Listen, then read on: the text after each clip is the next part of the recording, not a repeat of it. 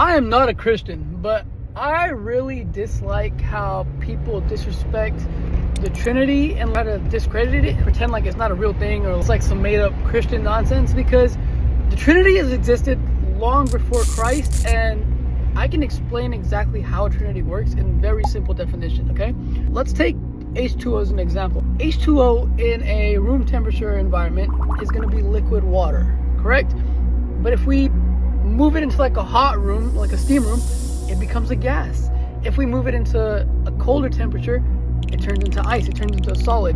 We didn't add any ingredients to the H2O. We didn't change anything with H2O. It just appears different in different environments.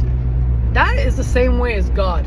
It's the same thing in the Trinity. It becomes the Father, Holy Spirit, and the Son, right? It's the same exact thing. They're different forms of that one God. They're not three different gods.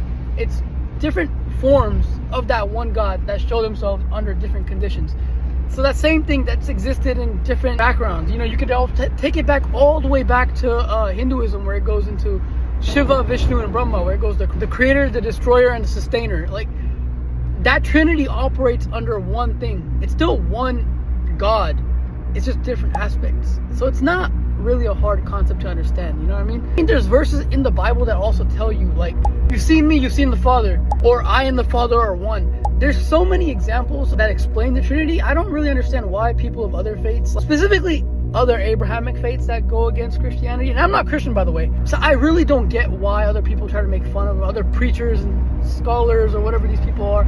They try to make fun of the Trinity, like, oh, they believe in three gods. And if they say, like, oh, God can't have three different forms, yes, God can. You're viewing God from a very limited standpoint. You're viewing God as human. Like, a human can't take another form. I'm human. I can't pretend to be this plant right here or whatever, right? I can't do that. But God is infinite, so God can do anything. God can take any form that he wants, and God can reveal himself in any way that he wants. So I'm not a fan of the disrespect and blasphemy that says God can't do this, because God is infinite. God can do whatever. God can do things beyond your comprehension or beyond what you can perceive.